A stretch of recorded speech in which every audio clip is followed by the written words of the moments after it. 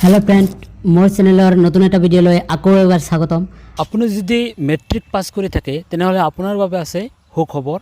আকৌ ওলাল 8326টা পোস্ট কি বিভাগত এই পোস্টবোৰ ওলাল আৰু ইয়াৰ বাবে যোগ্যতা কিমান লাগিব জানিবলৈ ভিডিঅটো হেকলৈ চাই থাকক।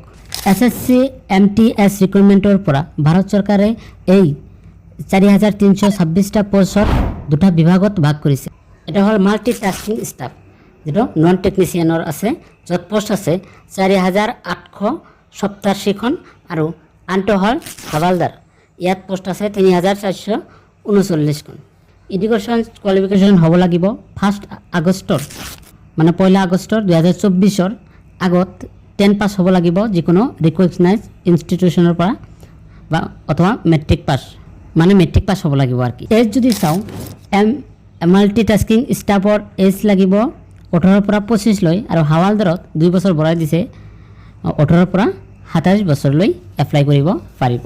এপ্লিকেশ্যন ফিজ হ'ব জেনেৰেলৰ 100 টকা, ওবিচিৰ 100 টকা আৰু বাকি কেটেগৰীৰ নীল যেনে এসসি এসটি এইবিলাকৰ নীল।